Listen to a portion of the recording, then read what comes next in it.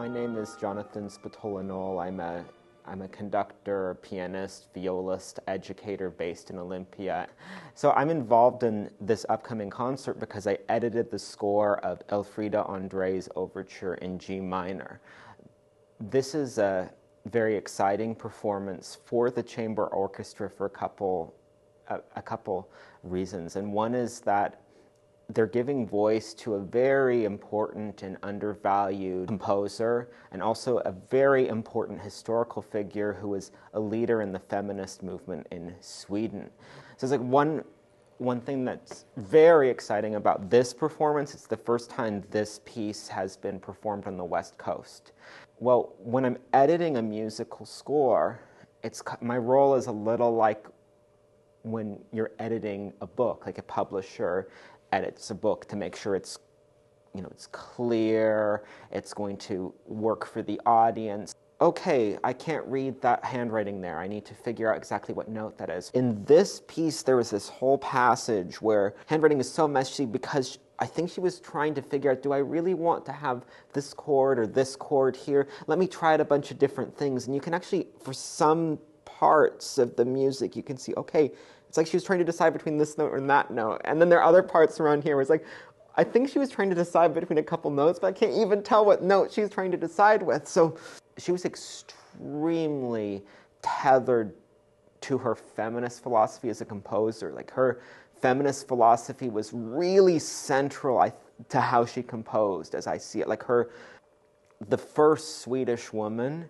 whose compositions, her compositional output emphasized symphonies and multi-movement chamber music like string quartets really heavily. And these, like in this overture, there are all these little stylistic things that really are announcing, and this is her earliest significant major orchestral work. She's like 25 years old.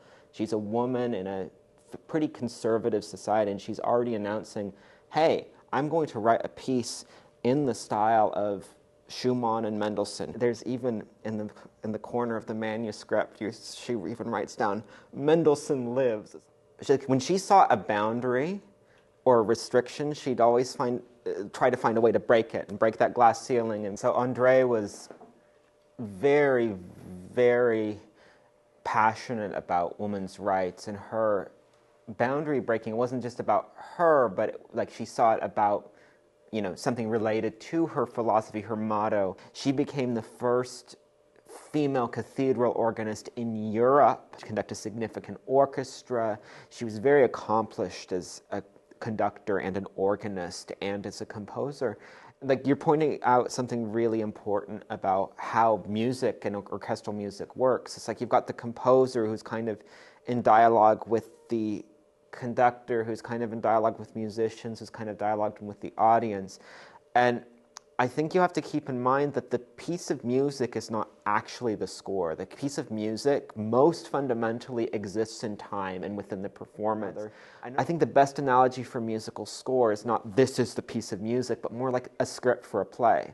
It gives us all these directions, but there's also so much that is unwritten. And what's exciting about a performance is that somebody like Nick or the Olympia Chamber Orchestra or another orchestra or whatever will give this piece life, and they might do it a little bit differently than somebody else. And that's okay. There isn't just one way to do this piece. Like, yes, somebody like me or Nick as a conductor will try to think about, okay, what does the composer want? How can we get this the best we can within within this particular orchestra? But if you like 19th century music in general, if you like Beethoven, if you like Mendelssohn, if you like Schumann, there's going to be or even if you like Bach, there's something in this piece that you'll notice and that will appeal to you.